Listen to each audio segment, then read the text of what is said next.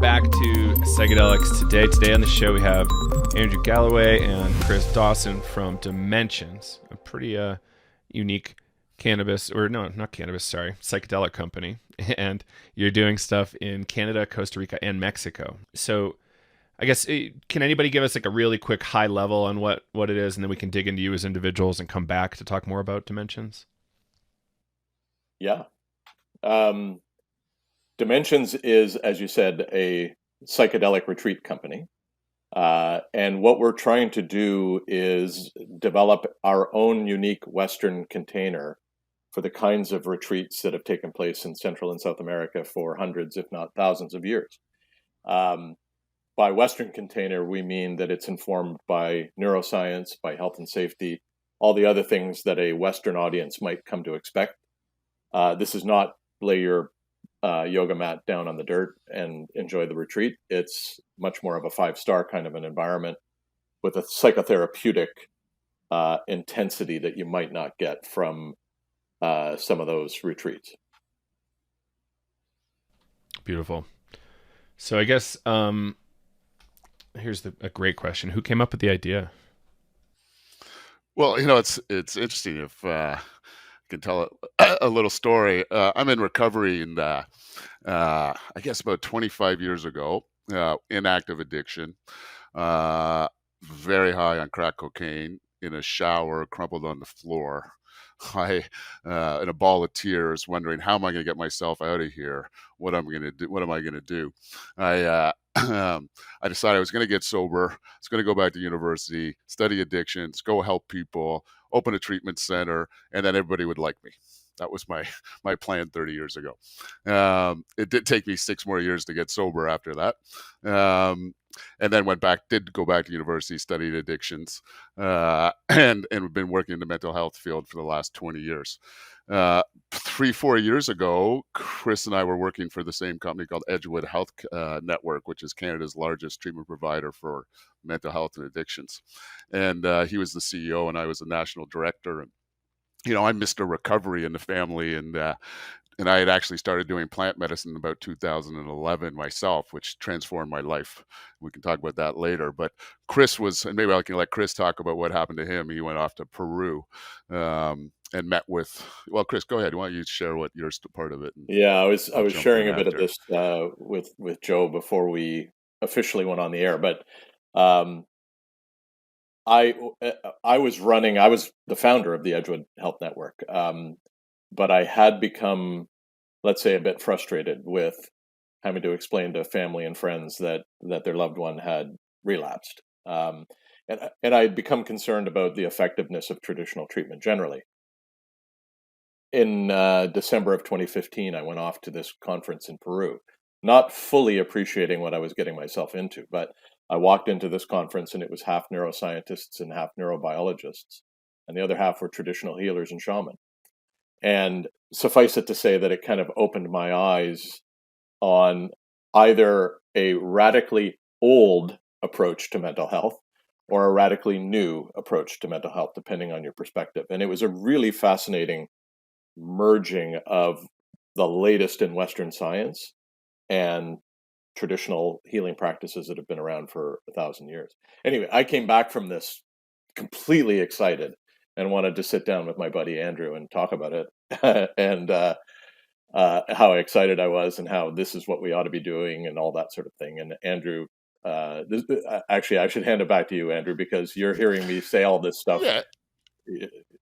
So Chris is, we're in Chris's office and he's the CEO, and, I'm not sort of the face of recovery in the company. And, I'm on the television show Intervention on A&E. And, so I'm out there in the public as a person in recovery. And I'm thinking, God, do I tell him? Should I tell him that I've been doing plant medicine for 5 years, how it changed my life? Like, is he going to have a different view? Anyway, I obviously shared it with them. And I guess within 2 years, we had both left Edgewood. And shortly thereafter, sat down at a table and was like, we were both really interested in this side. It's really changed my life. You see it from a business side as well, and are really interested. And we decided to partner up and create Dimensions with another gentleman named David Heaton. And that's sort of how it all started.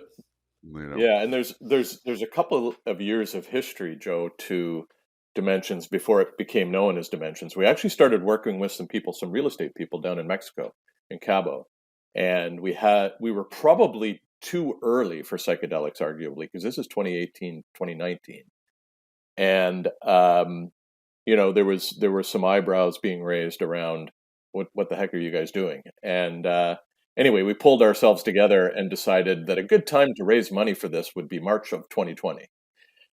Needless to say, that kind of fell flat, and but it did. But we in classical Phoenix fashion, we rose again a few months later, and of course, at that point, the psychedelic boom was taking off in the midst of COVID, and we kind of rejigged things, focused on Canada, because there was a view that Canada was going to be one of the first places to open up for psychedelics, similar to cannabis, and refocused our energies on opening a retreat center here in Canada. In fact, our first retreat center in Algonquin Highlands, which is a couple of hours north of Toronto, opens up on a soft launch basis.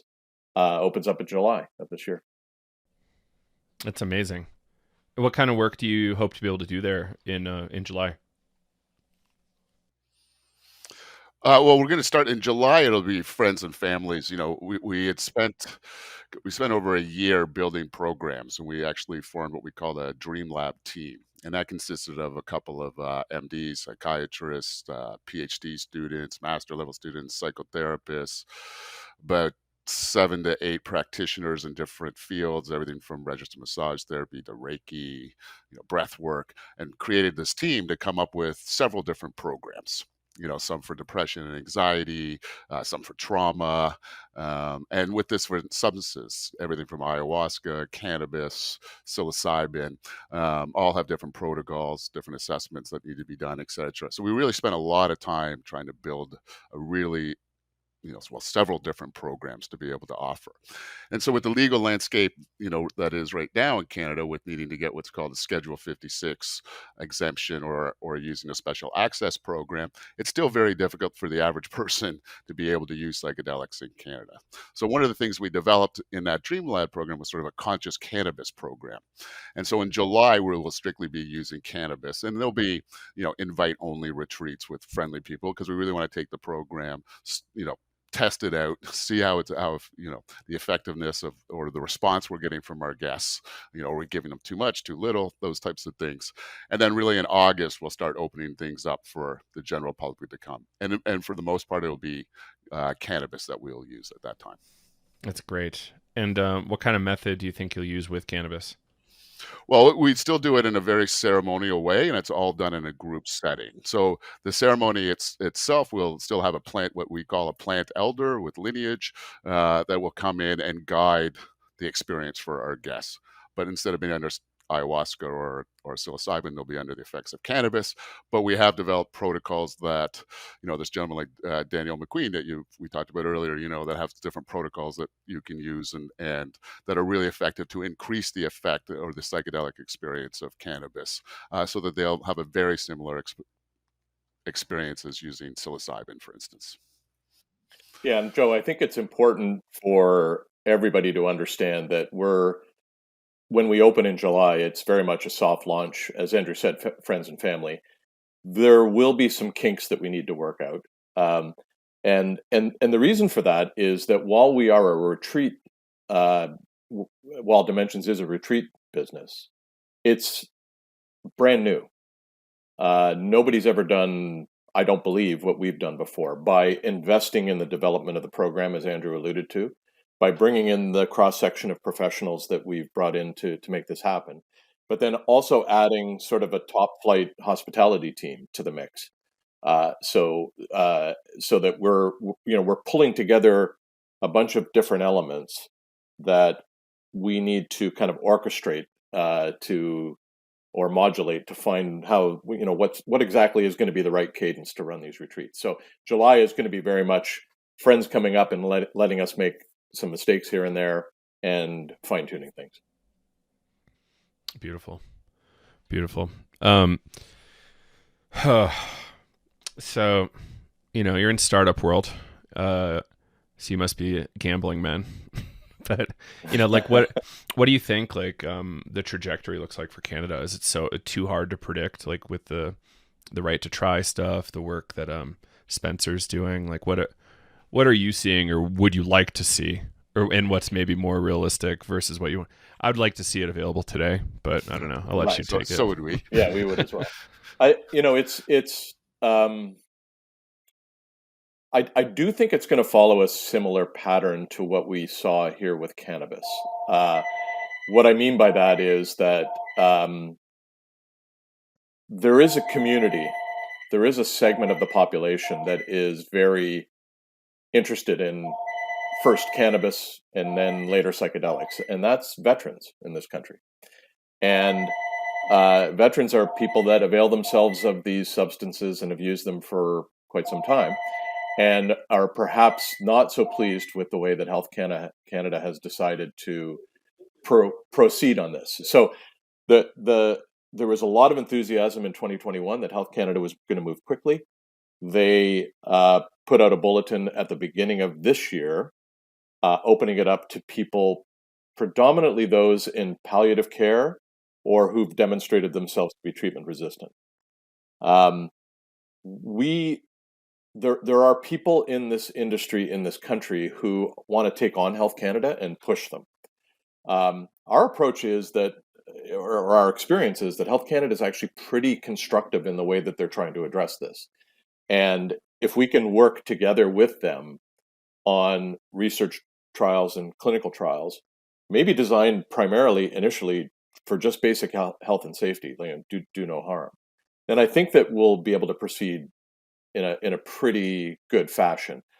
The one thing that we did at Dimensions that we thought was really important for making a statement as to who we are and why we're different than anybody else is we invested in the establishment of a research collaborative at Queen's University, which is in Kingston, about 2.5 hours east of Toronto. And this is a research collaborative designed to test and research psychedelics and efficacy and so on. The nice thing is that we can go to Health Canada and say, we've got this research arm that will analyze outcomes, gather data, analyze outcomes, and work with you and work at your behest, if you will, to move the yardsticks down the field, if you will. So I think we're all discouraged a little bit that the pace has slowed down, and yet I'm still encouraged that Health Canada is going to get us there. Maybe not as soon as we thought, but they're going to get us there. And I do believe, to go full circle, that it will be pressure from groups like veterans that actually get us to the goal line. I like it.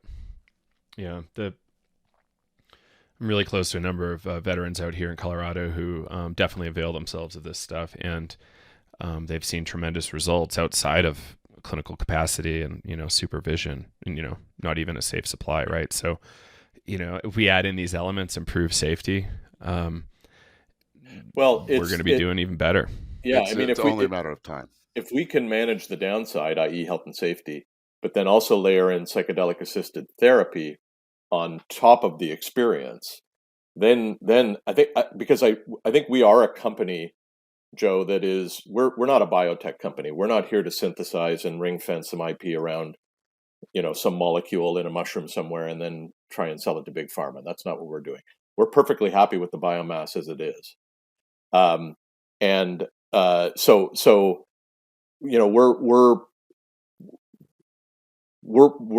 ready to go, if you know what I mean.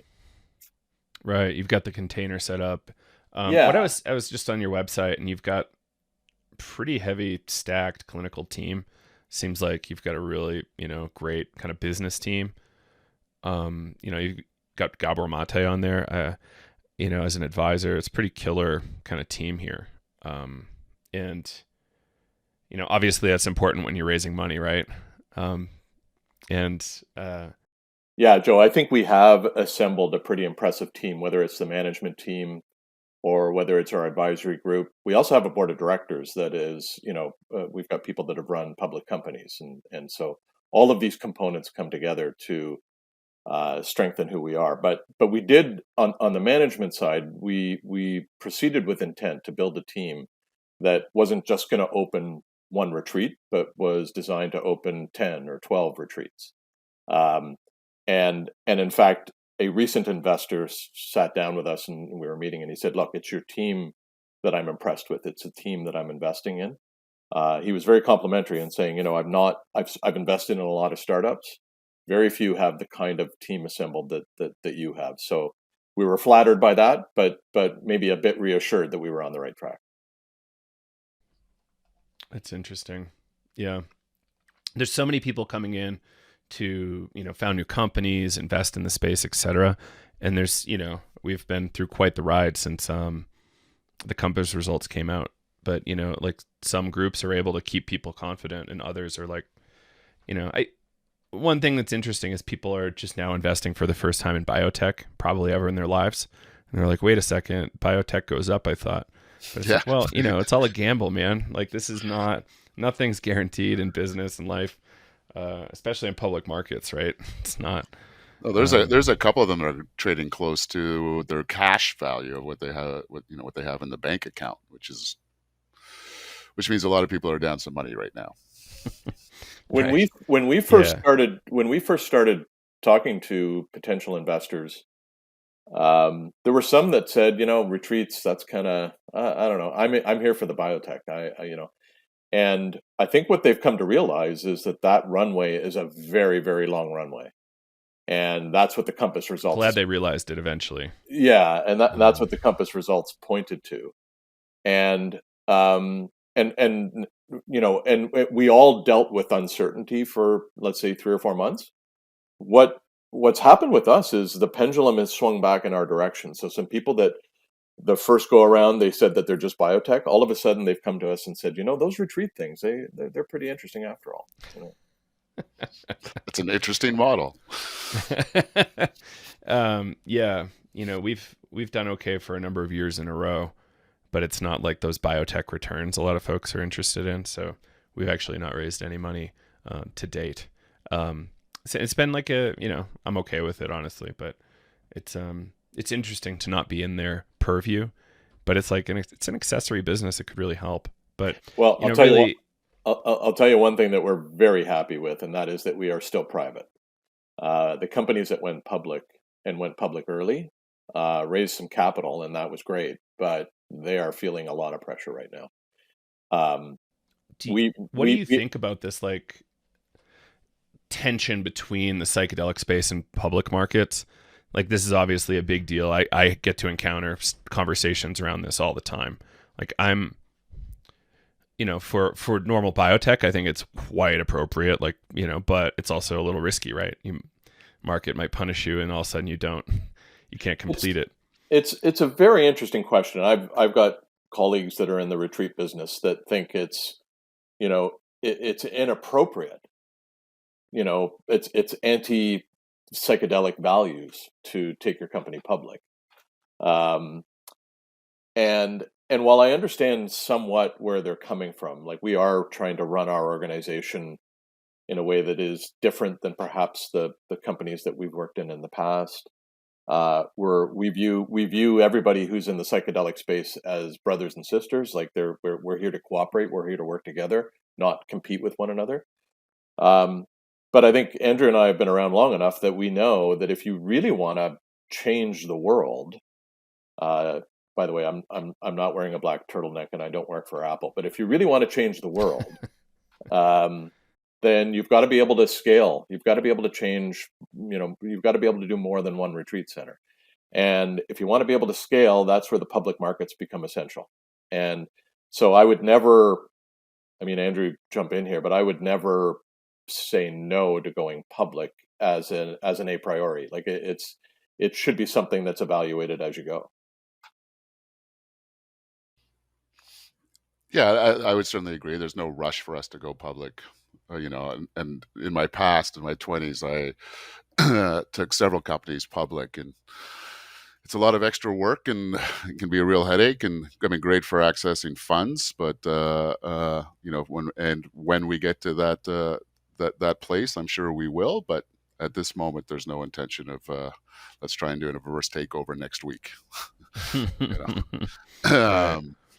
And I like the way that we're, our model in the retreat space, and we'll have revenues this year. A biotech company is not going to have revenues for a long time. And if eventually when we do go public, you'll trade on those numbers, on actual real data or real financial model. So there will be a time that we'll have to look at that, but we're not looking at it at the moment. Okay. Yeah, an investment banker here in Toronto said to me recently, "I love your business." And I said, "Oh, why?" And he said, "Because it's a basic IRR business. It's a proven business model, um, and you can sink your teeth into it. It's not hard to understand. You don't have a 10-year horizon, um, but it's got the psychedelic element to it, which means it's got potential for high growth." So, um, I'm ripping him off on his analysis whenever I can. No, it makes sense. Like, abstract business models, they might work, but they're also, not sometimes not proven. Well, there's a true venture space in all sectors of the economy, where people are genuinely trying out things. 1 in 10 is going to work. We all know kind of the math around these things. I think the part that troubles us is we're not. If you talk about we were talking about, do you go public as a psychedelic company? If you want to talk about the ethics of psychedelics, I my first question is, these are plant medicines that have been used by indigenous people all around the world for thousands of years. Why is somebody coming along thinking that they can wring some IP around it, turn it into something that they own, and go big pharma with it? That to me is the bigger ethical question. Right. I'm calling them legacy molecules now, or substances, instead of like, I'm really pretty okay with the novel molecules, but yeah, when we're taking like the let's match DMT with some sort of MAOI and then Right. patent it. It's like, what the fuck did you just do? Yeah. Yeah, it's like a little weird, but it's I guess also a bit understandable. But I think it My also, belief and system. sorry, go ahead, Andrew.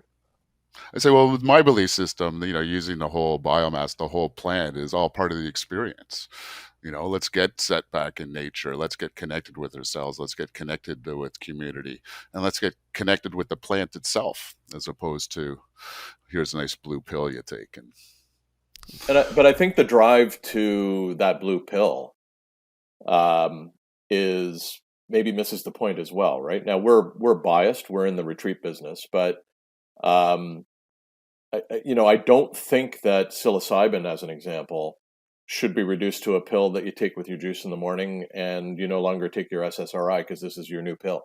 But for us, it's the psychedelic assisted therapy that actually maximizes the potential of the psychedelic experience, and that's the mechanisms through which fundamental change, behavioral change, can take place. And I think the idea that a pill can replace all of that is means that you're kind of missing the point about the whole experience, as Andrew was touching on. Mm. Well, let's get into that, right? So like my tradition comes from LSD. So like LSD psychotherapy from Soviet Prague, right? But there's all sorts of traditions all over the world that are based in, natural compounds and, in many cases very old traditions. Um, but like how and my tradition comes from Freud, right? let's take 100 years to like do some psychotherapy. But LSD added fuel to the fire, and they figured a lot out. But what help me understand like where you're coming from with this. Like let's get back with mushrooms, and certainly love mushrooms. I eat them when I can. But when yeah, like how do you all see this kind of divide, right? Like between like, is the LSD work viable or helpful, or does it add more problems? yeah, look, there's lots of different substances to use. My own personal view is to trying to use everything natural.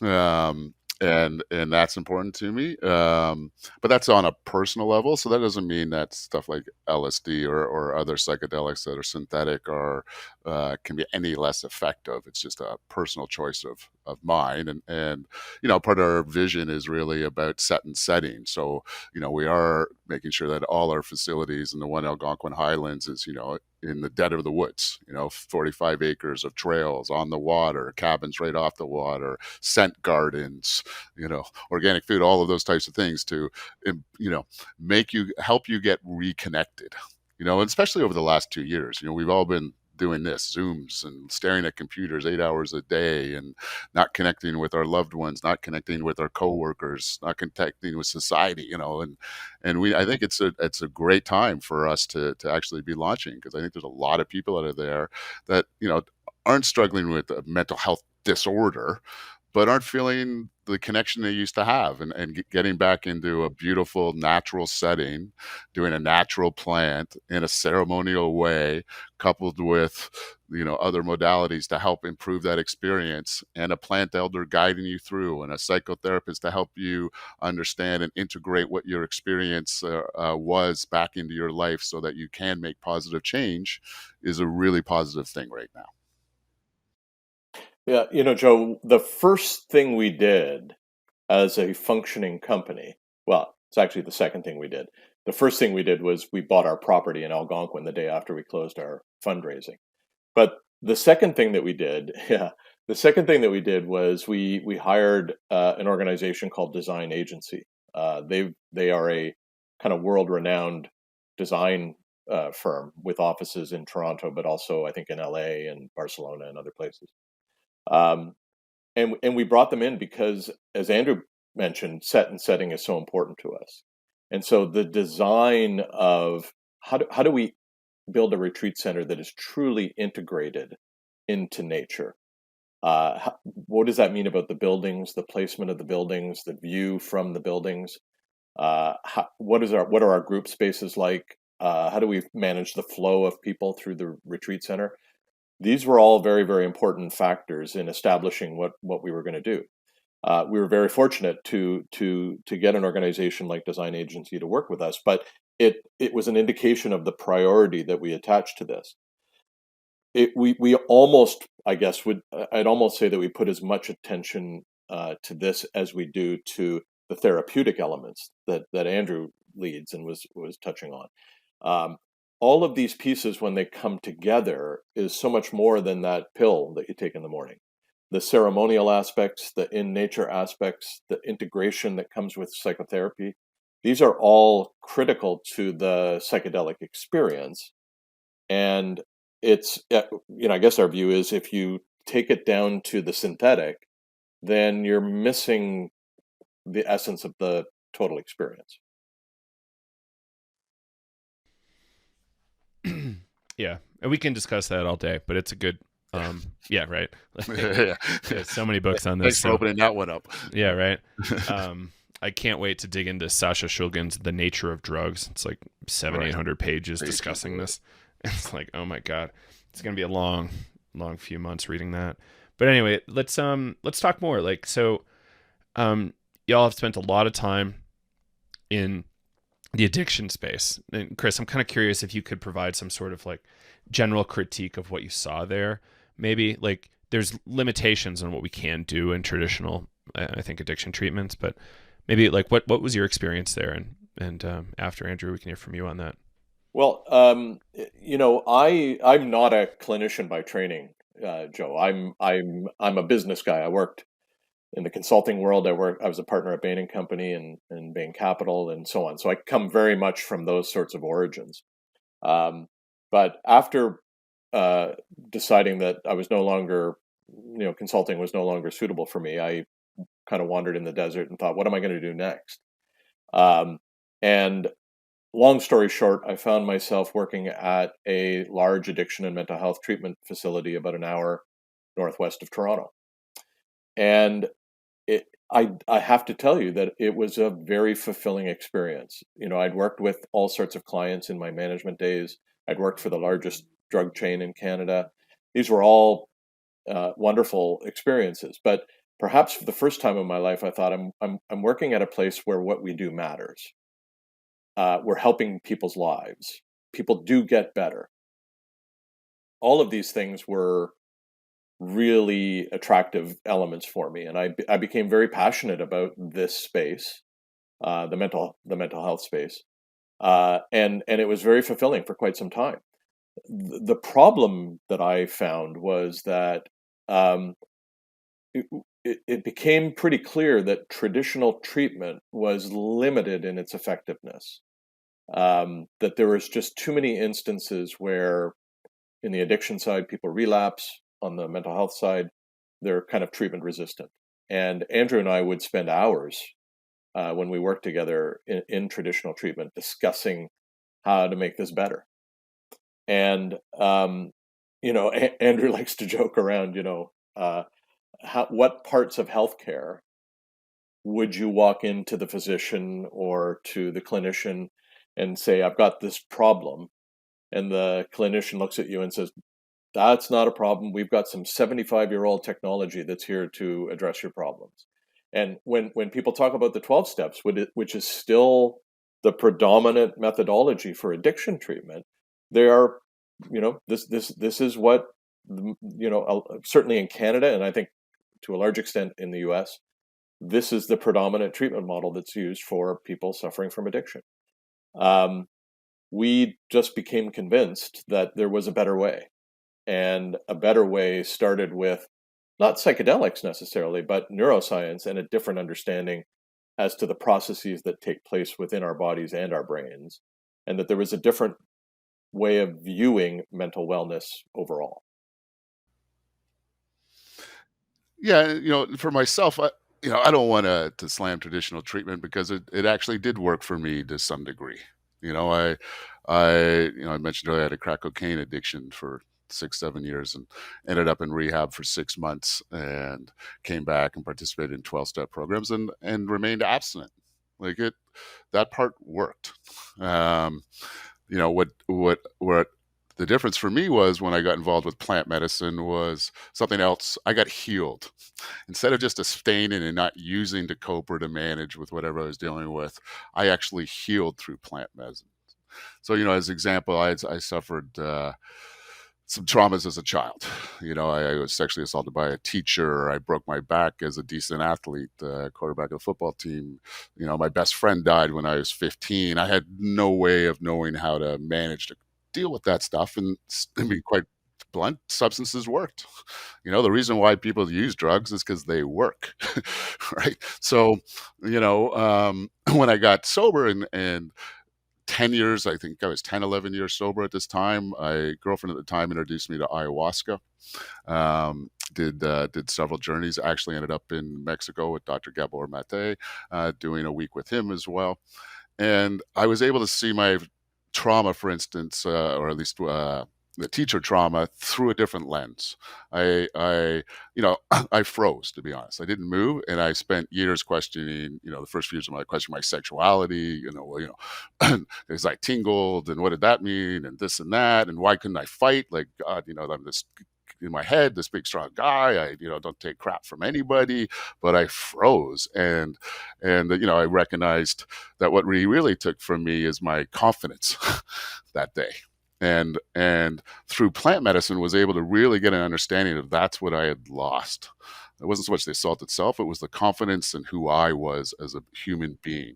And plant medicine changed that. I sort of went back through that traumatic experience through, at the time, I guess I would have been 45, somewhere in there, lens, but experienced as a 12-year-old kid, but with a 45-year-old brain. And I was able to let go of it and forgive myself. Because even 10 years sober, I still beat myself up for not having the strength to move, for goodness sakes, and I can give 1,000 examples. I got divorced around the same time, and I was able to see that, my children were going to be okay. Actually, they were going to be better off, that my ex-wife was going to be better off, and she was going to be happier, and so was I, and that this was the right thing to do, and really gave me a sense of peace, as opposed to, I'm disappointing my children.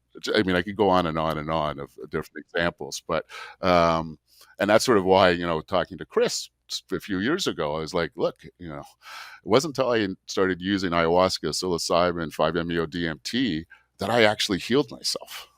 And I am a different guy today than I was 10 years ago, and certainly a different guy than I am 21 years ago, or whatever it It's was, it's 2001. it's So, really interesting because I went to school in Peru, if you will, and when I came back, I got the real life example, which was Andrew sitting across from me, who I had known at this point for several years. And quite frankly, I couldn't recognize the person that Andrew would describe to me he was 20 years earlier. So I knew that he'd gone through a powerful transformation, um, but he kind of withheld the best part, which took place. I wanted to keep my job. Yeah, uh, but really, I went to school in Peru and I learned some of the basic elements, and I learned what was going on the real leading edge of neuroscience and plant medicine. And when I came back, I had a living, breathing example sitting across from me. I didn't know it yet, but um, so seeing those two things come together was quite a revelation, given that I'd spent the prior 8-9 years in traditional treatment. It was an interesting battle though that I went on because I guess my first time doing ayahuasca, I believe, was my first plant medicine experience in 2011. As a recovering addict, I was like, I'm about to go use. like I had a real struggle, coming to terms with, is this a relapse? Not knowing what I was going to experience, because look, I used to, in university, drop 7 to 10 hits of LSD and trip out in my bed and listen to Pink Floyd, and I would have said I was having spiritual experiences, but like, how's that any different in my head before I actually experienced what ceremony was about, and having a plant elder or a shaman, in this case, guide me through this experience through music and sound. Once I did it, I got it. But building up to that, that 2 weeks beforehand, I'm like, God, I got to have a new sober date. I got to do this. Oh my God, what are my parents going to think? I came back from that experience and my mother was like, oh my God, what have you done? And I'm like, what? And she's like, you haven't looked this healthy in years. Your eyes are white, your skin looks good, like, what did you do? And I'm like, oh, I'm not telling her, I was like, oh, just eating well, Mom.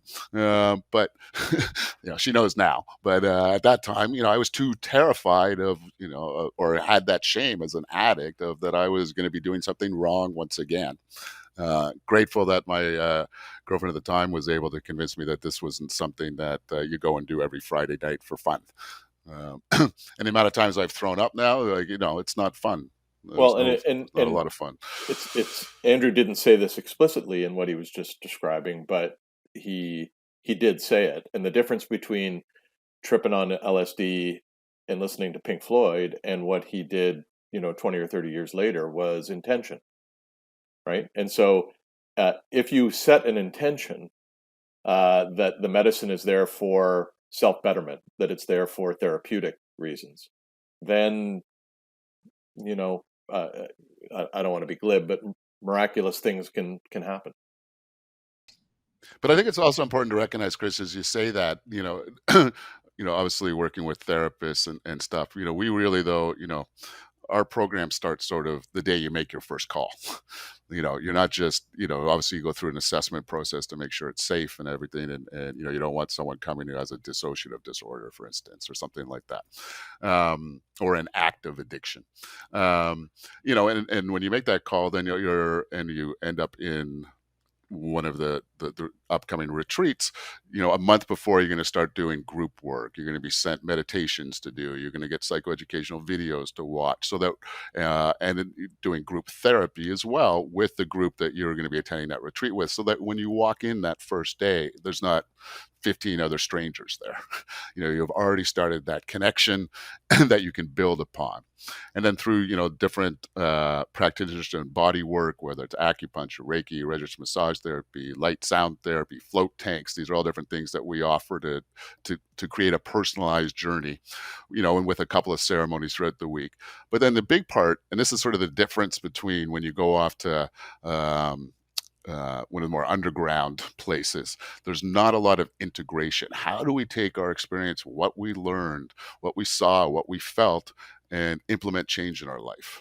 And so that integrative piece, starts, after ceremony, but we also continue that for several months afterwards by continuing to have group access. We have a fantastic app that's being launched this summer, where there's be a sense of community, where you can access meditations, you can reach out if you're struggling as well, and the clinician will get back to you, and really developing a sort of a sense of community.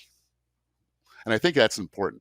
And if you look at traditional treatment, just, I think essential. it's, and that is one of the positive things about 12 steps too, is that sense of community, that sense of belonging. Just because I feel like we are a little hard on traditional treatment. We kind of are. And I do want to make a declaration here that we're not trying to throw traditional treatment out the window. What we're trying to do is take the best parts of it, like any evolution in medical thinking, is take the best parts of it. Community is, as Andrew pointed out, a terrific component of the 12 steps approach. But if it starts to take on, I'm going to go to this place, but I won't. I promise I won't again. But if it starts to take on religious kind of connotations, that you can't change anything about it, or the American equivalent is, it's the Constitution. You can't ever move on from the Constitution. Medicine is always evolving. So let's take the community aspects of it and then build on the current thinking about the way the body actually works. Mm-hmm.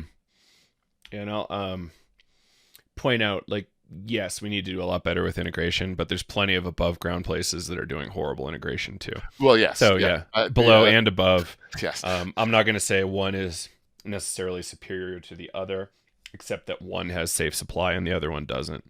That wasn't meant as a shot. I just meant that, at least in my own personal experience, when I've traveled to South America and stuff, I've gotten on a plane going, oh my God, wow, and not really fully understood what was going on for me, and fortunately reached out to people that know about integration. And, this is 10 years ago, and was able to work through it in a positive. But this is Joe, you're absolutely right in touching on the integration point. There's a lot of talk about integration. It's probably the most popular term in the plant medicine world. I don't like to let it out of my mouth anymore. No, it's exactly. I've heard it too many times. But it goes back to that conversation that we had about, is it a pill or is it the therapeutic process? If you don't engage in integration, then you're just taking a pill.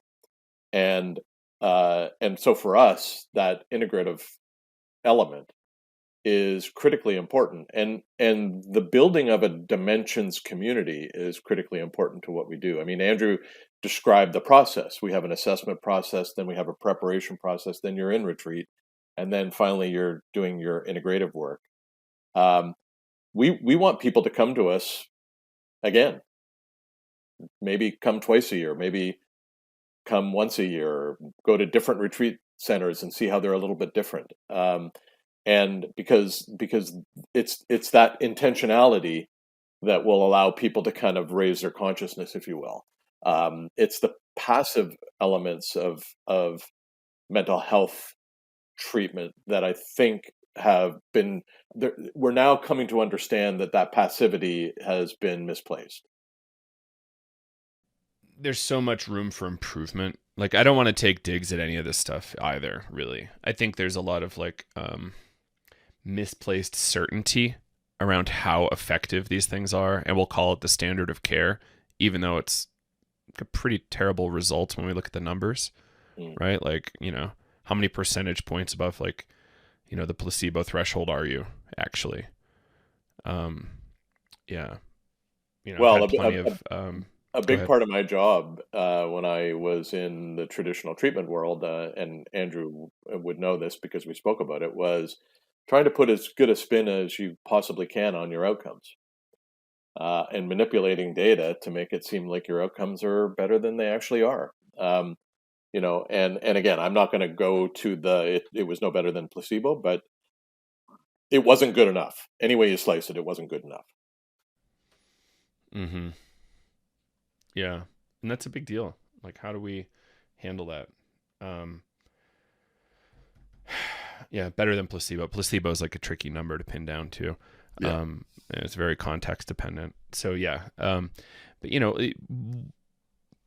Andrew, how do we speak about something like the 12-step program, AA, NA, in kind of like a helpful context? Like, I, you know, see the numbers, you know, wildly varying reports, right? Like plus minus 60% sometimes. Right. Or not, that's not exactly true, but, you know, wildly varying reports on results from where we look. But it, you know, you're right about the community part. But how do you like to talk about that? Look, I think that 12-step programs are great for a lot of people, and you know, they're free, they're accessible. You can, you know, do them in person, you can do them online. There's lots of great stuff. You know, people, I would think, get confused of what they talk about when they mean God. That you can step back and just have more of a spiritual approach, and it's tough to be in psychedelics and not have a spiritual side, or at least develop a spiritual side on some level as well. So, you know, look, 12 steps were great for me, without question. And were very helpful in getting me to the place that I needed to be to evolve and to grow. And that just happened to be through plant medicine. You know, so I have nothing negative to say about 12 steps or any of people or groups that are trying to help people and change. And I think there's a variety of different ways to the garden, so to speak. We all got to find our own path. And that path can look very different. You know, I know a guy that changed his life by starting to exercise. You know, full-blown drug addict, you know, and he wants to do exercise therapy. It's this new thing. Like, okay, that might work for some people. I'm not going to get up personally every day and start running to try and get sober, but it worked for him. So great. You know, so one thing like that comes up for me around psychedelics and 12-step is I've got a number of friends who have been trying to heal or have healed with psilocybin. Even a gentleman that went through a really rigorous clinical trial and, you know, had amazing results, and now all of a sudden is kind of like a pariah in his AA community. Right. And it's like, that's kind of tragic and like heartbreaking, and that kind of stigma can be really hurtful and probably in some cases make it worse. So I don't know. I just want people to kind of be a little, I'm not trying to fix AA culture in any way, but it's like, how do we address that?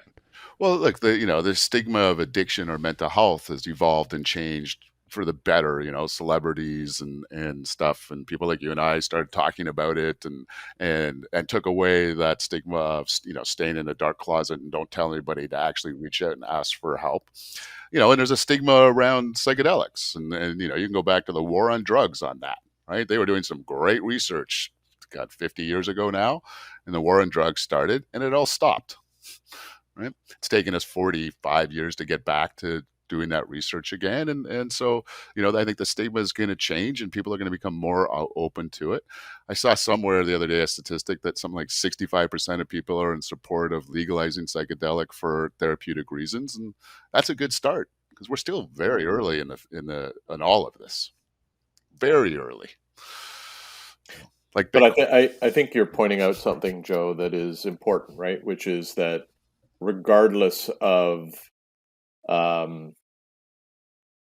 where you come from on these sorts of issues, can't we all just get along? You know, I mean, maybe that's a sign of the times to a certain extent, but Andrew and I can look at the 12-step, him from personal experience, me from having worked in the field.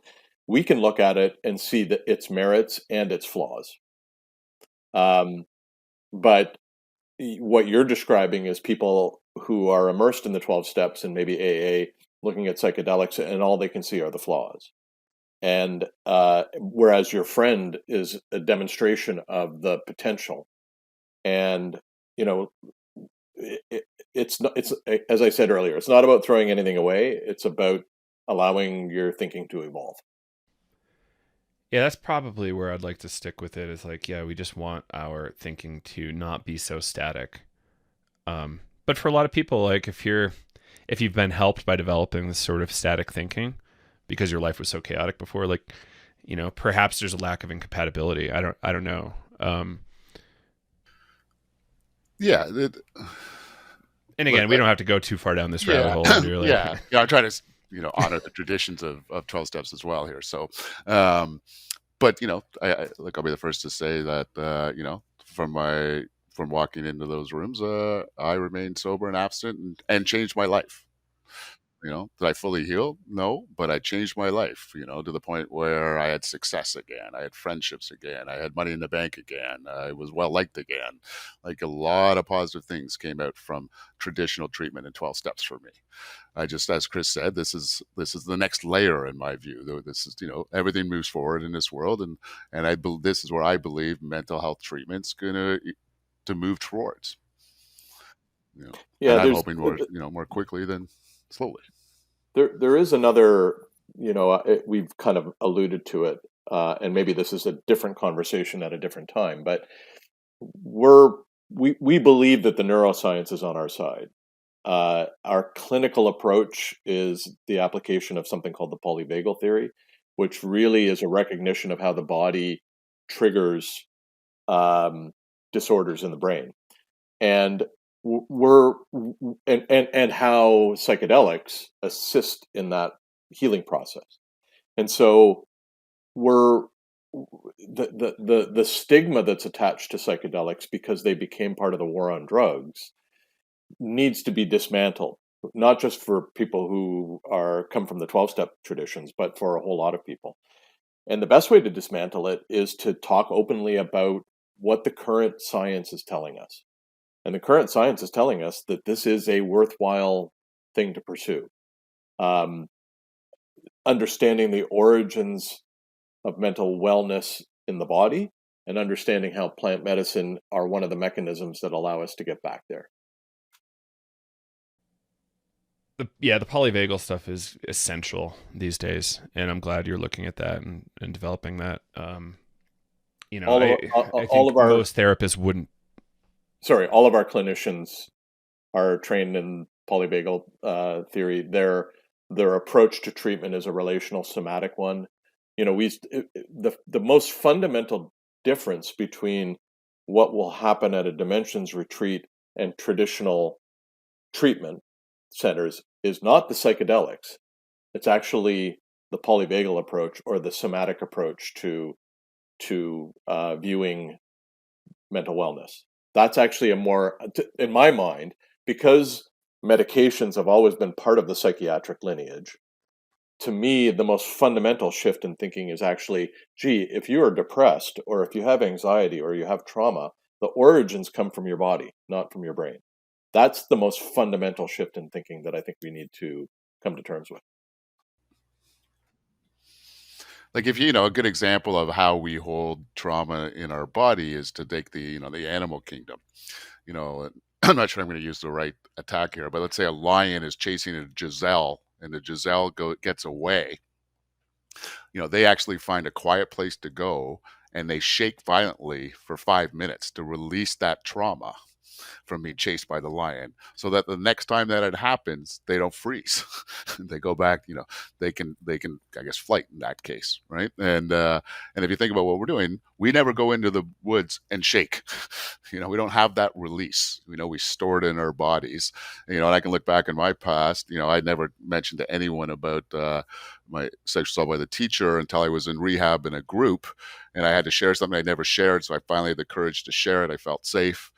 Shared it and was kind of like, yeah, that's the way it was a long time ago. No big deal. Whatever. Stuff happens. I don't really feel anything. And someone's like, well, looks like you feel something. I'm like, no, not And then next thing I know, I'm projectile vomiting, across the room. And then in the bathroom for 20 minutes, just throwing up nonstop. Well, I guess I had some trauma stored, Let's talk polyvagal. Yeah, exactly. Yeah. Exactly. No, it's interesting, veterans are a big community that is really viewing cannabis, psychedelics in a favorable way. Andrew and I were talking to a special forces, active military, not a veteran, but individual who had recently come back from whatever dangerous zone they were in. Told us a story that when they return from combat, the group will go into the forest, do some mushrooms, grab a 6-pack, and cry and hug it out and, do what that gazelle was doing in many ways.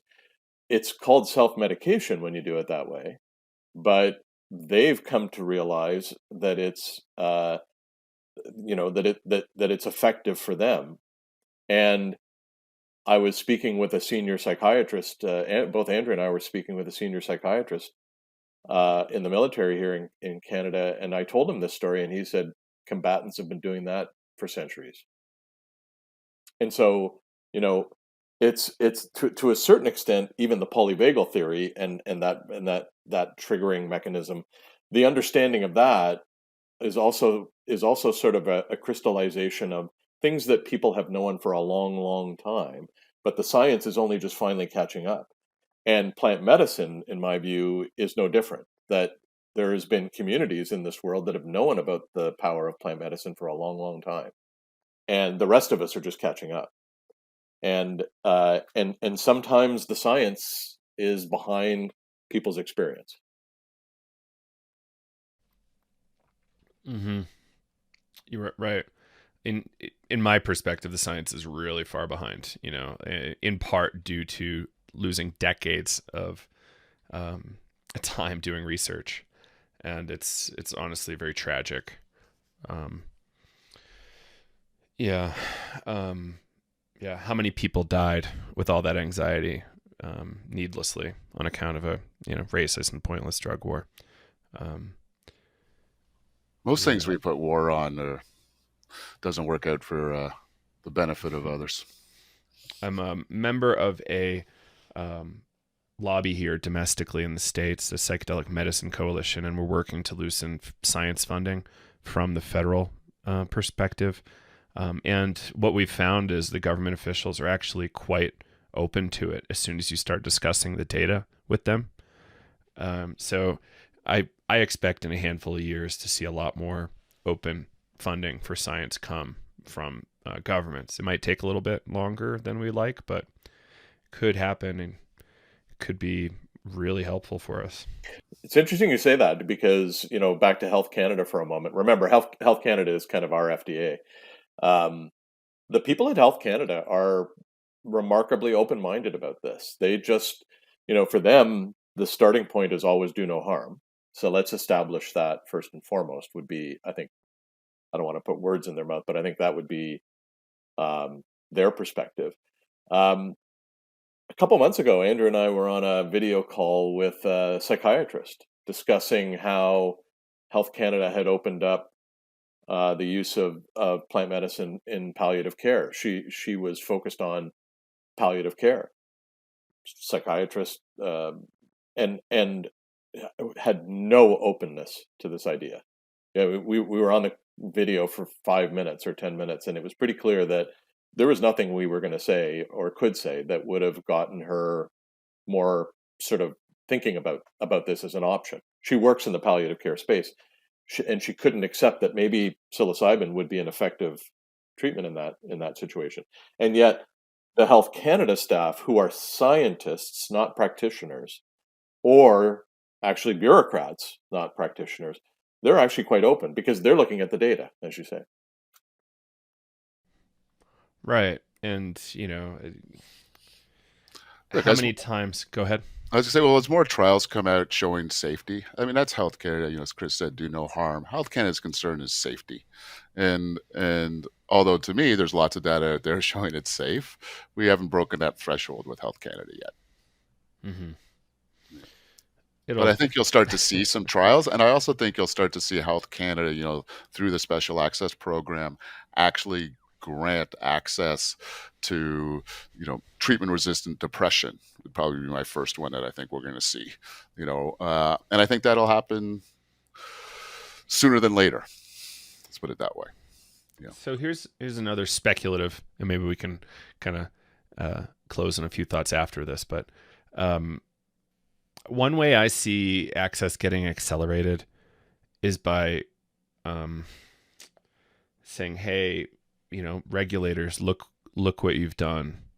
As a result of the war on drugs, well over 100,000 people a year are dying from ODs unnecessarily. because of a lack of safe supply, a lack of education, safe tools, etc. And, at what point do DEA regulators like get, war crimes charges or something like that for not taking care of the people? And, maybe we don't need to go that far, but we can say, hey, look at all this harm you've done. It's time for a different approach.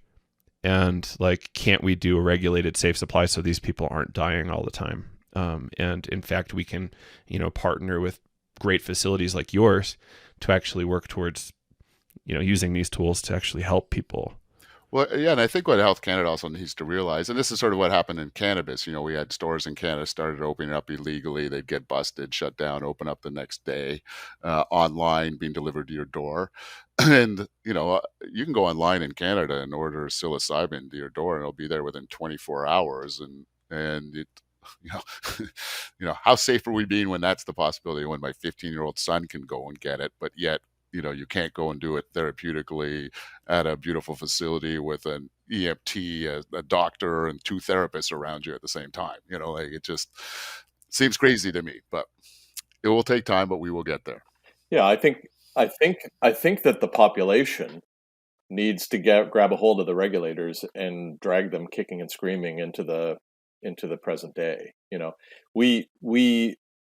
Our retreat center is in a part of the country that you might not consider to be the most progressive. And yet, as we've met with the community and described what we're doing and shared our approach, we met with, just before Christmas, we had a little celebration with our construction team.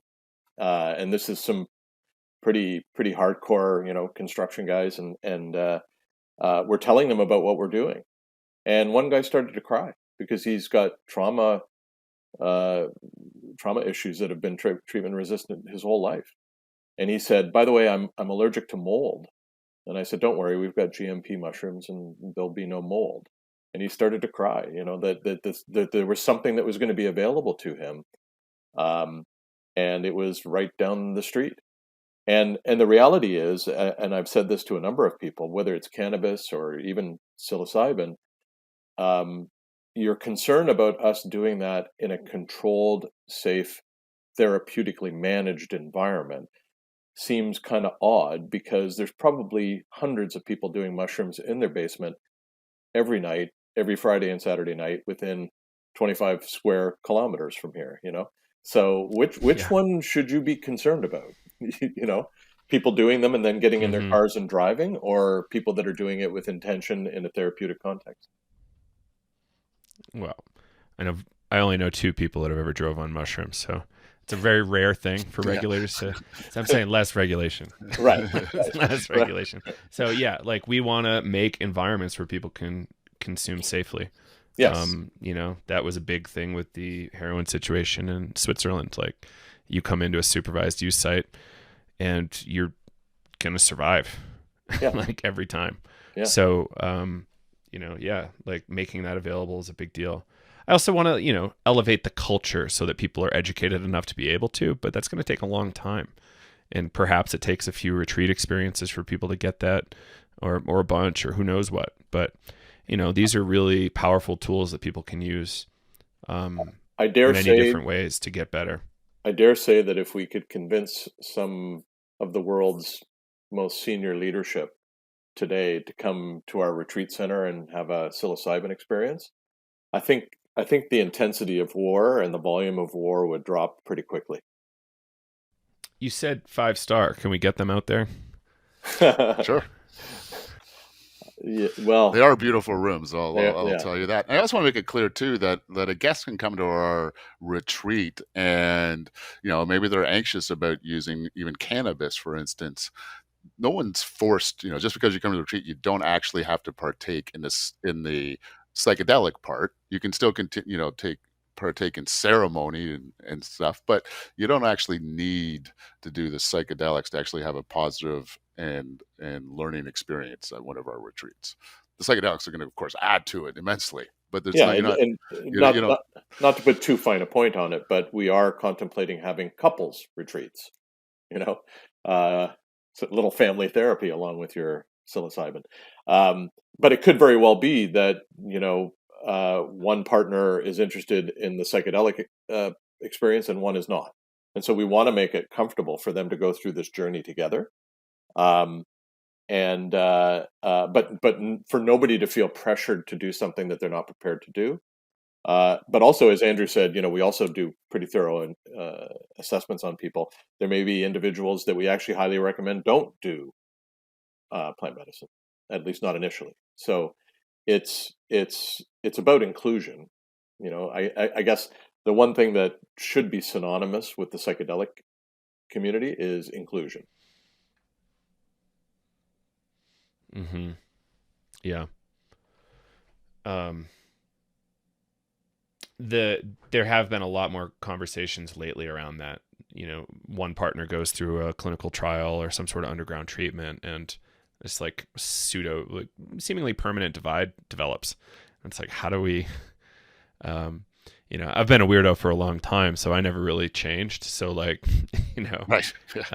Everybody knows me this way now. So, but if there was a transition, like that could be really jarring and really kind of create new trauma. So I'm glad to see you bringing the couples closer together through it.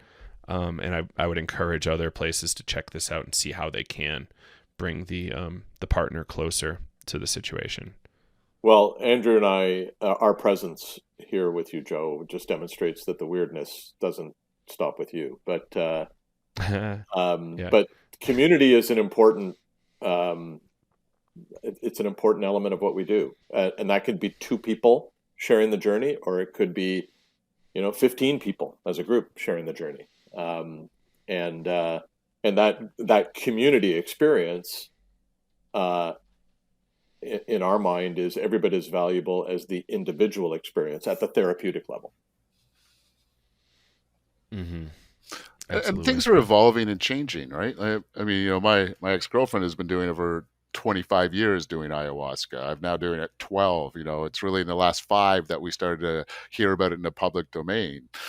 I didn't even talk to my friends about it 10 years ago. They would have thought I was nuts. Where now they're starting to ask me questions because they see it in the paper, they see it on TV, they see articles and stuff written that are positive. They see my own change. So, it's going to take time, but we talked about stigma earlier. It's changing. In the general public, the stigma around the war on drugs is changing too. I think people have finally figured out it doesn't work. No war works. All right. We only declare war on things that we can make money from. Right. You never hear. I think it was George. Yeah, I was going to say it depends on what your intent is. Yeah, I think George Carlin. Excuse me, George Carlin. Said you never see the war on homelessness, right? Right. But you see the war on cancer, the war on drugs, the war, Mm-hmm. war on everything. Right? Yep. Yeah, absolutely. All right, gentlemen. Anything you want to close with? We're at a bit over an hour. I think we hit most of the world's problems, not all of them. I think my team would slap my wrists if I didn't say, Joe, at this point, everybody in America is welcome to visit Ontario and come to our retreat. I'd love to come back to Ontario at some point. And let's chat in the future. Maybe we can do some breath work up there. It sounds like a really pretty facility. That would be fantastic. One of the things that we want to do, Gabor has a new book coming out this fall, and we're going to do some joint work with him. We want to get featured guests coming up to Dimensions. Not for every retreat, but as many as we can possibly do. So we'd love Gabor to come up and spend time with one group. We have a group of indigenous chefs who might come in and prepare some meals. But a breathwork specialist like yourself, maybe you come up and you guide everybody guest through. Facilitator. Yeah. Sounds lovely. We'd love to have you. And yeah, that's a cool idea. And I would love to know more about the Gabor situation as that comes out. So please do share with us. Absolutely. Perfect. All right. Well, dimensionsretreats.com. Indeed. Is the site. Thanks for plugging it. Yeah, you got it, guys. And we'll hopefully link up in person in the future. This has been fun. Yeah. I look forward to it, Joe. Really Thanks for having us you. on. Yeah.